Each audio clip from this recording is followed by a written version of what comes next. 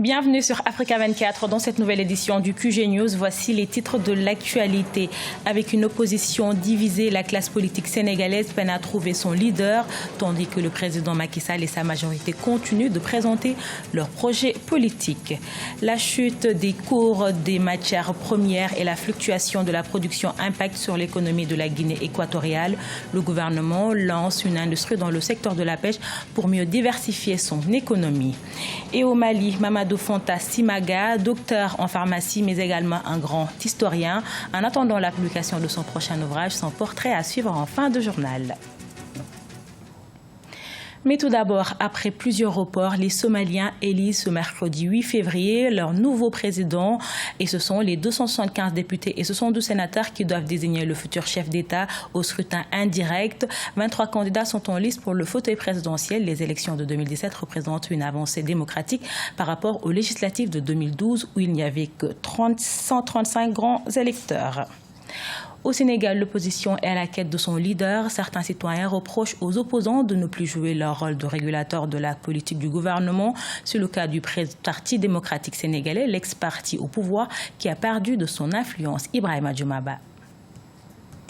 Depuis quelques années, l'opposition sénégalaise est plongée dans une crise de leadership. Après sa perte du pouvoir en 2012, le Parti démocratique sénégalais ne compte que 9 députés à l'Assemblée nationale, ce qui, aux yeux de certains observateurs, ne suffit pas pour contrecarrer la majorité présidentielle. L'opposition aujourd'hui est très faible, très faible. Le PDS, qui est le principal parti d'opposition, a été dégarni parce que beaucoup de responsables ont fui ce parti depuis la défaite. Certains ont créé des partis fantômes, d'autres sont allés se cacher derrière l'APR, de sorte que vraiment on ne sent pas une opposition au régime en place. La coalition Manko Wattu Sénégal peine à s'accorder sur le mode d'organisation et de management de ses partis membres. L'ancienne majorité, avec à sa tête le PDS, a enregistré depuis 2012 plus de 10 nouveaux partis et mouvements politiques. Personne ne dirige l'opposition pour le moment. C'est l'une des difficultés que nous avons. Parce que chacun pense qu'il a beaucoup plus de force et l'autre, parce que les quatre doivent être rebattrés, si je peux me permettre. Et c'est la raison pour laquelle actuellement c'est extrêmement difficile de dire que telle ou telle personne dirige. Nous ne sommes pas encore dans une coalition électorale qui veut qu'une unité d'action électorale donc soit mise sur pied et que devant il y ait un leader qui pilote et qui chapeaute tout cela. On n'est pas encore dans cette dynamique. Aujourd'hui, c'est une coalition constituée de partis d'opposition et à la tête de chaque parti un leader. Donc cette question, comme vous l'abordez présentement, ne se pose pas à notre niveau. Le président Macky Sall a enregistré une adhésion massive des partis traditionnels comme le Parti socialiste, la Ligue démocratique, le Parti de l'indépendance et du travail, l'Union pour le renouveau démocratique, l'Alliance des forces du progrès, Andudjef PADS, section Landing Savané. Au même moment, le PDS et ses alliés ont assisté au départ de plusieurs de ses membres, comme l'ancien Premier ministre Souleymane Ndéné Ndiaye et l'ex-président du groupe parlementaire des libéraux, Modou Diagne Fada. L'heure est à l'ajustement en Guinée équatoriale. Dépendant du pétrole, le pays n'a pas été épargné par la chute des cours des matières premières. Et pour diversifier son économie, le gouvernement met en place une industrie dans le secteur de la pêche que nous fait découvrir notre correspondant Léopoldo Enemembaswe et Deo Gracias Podo.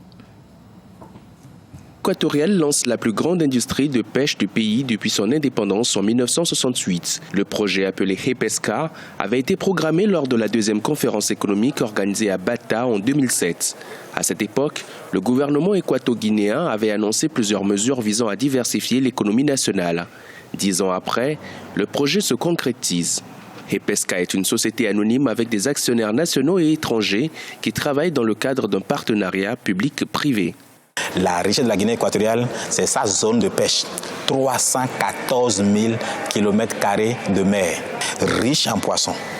Donc la pêche est la zone, est l'activité économique première de la Guinée équatoriale.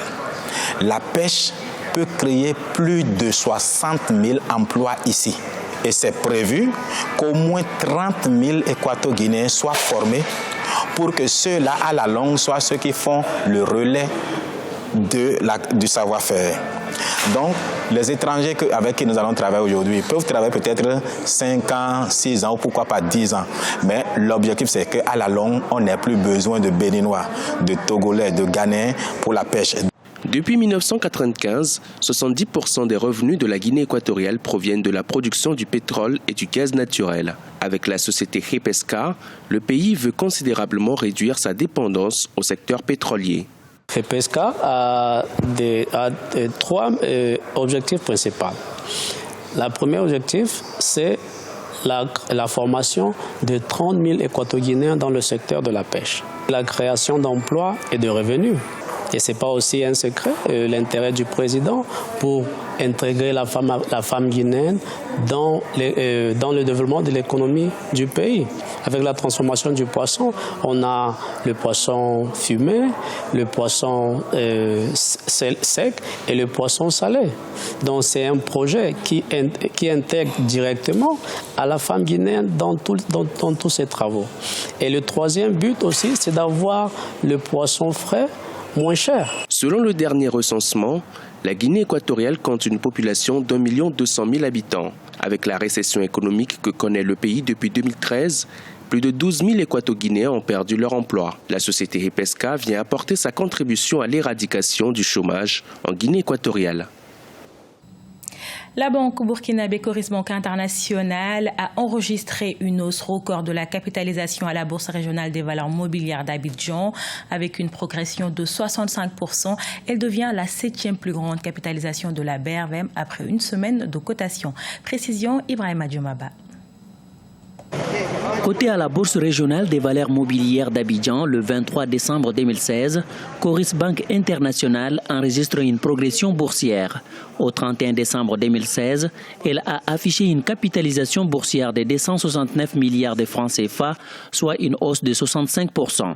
La banque d'origine burkinabé s'est ainsi hissée au rang de la 7e plus grande capitalisation de la BRVM. Entre la date de cotation le 23 décembre 2016 et le 31 janvier 2017, l'action est passée de 30 000 à 49 500 francs CFA. C'est une banque essentiellement africaine et qui, en définitive, comprend bien les opérateurs économiques africains, la logique de fonctionnement en fait, des opérateurs africains et essaie donc de répondre en réalité à cette demande-là de façon personnalisée surtout pendant ces termes. Et ça fait qu'effectivement, dans ces conditions-là, il y a une clientèle relativement développée, il attire beaucoup plus d'opérateurs de nos sous-régions, ce qui peut expliquer effectivement les performances que les banques ont pu réaliser ces dernières années. Les résultats de ces 3 dernières années de Coris Banque Internationale ont toujours été au-dessus des 15 milliards de francs CFA net d'impôts. Ces performances enregistrées à la BRVM depuis sa cotation en fin décembre font de Coris Banque la 3e capitalisation boursière du secteur bancaire après le groupe Société Générale de Côte d'Ivoire et Ecobank.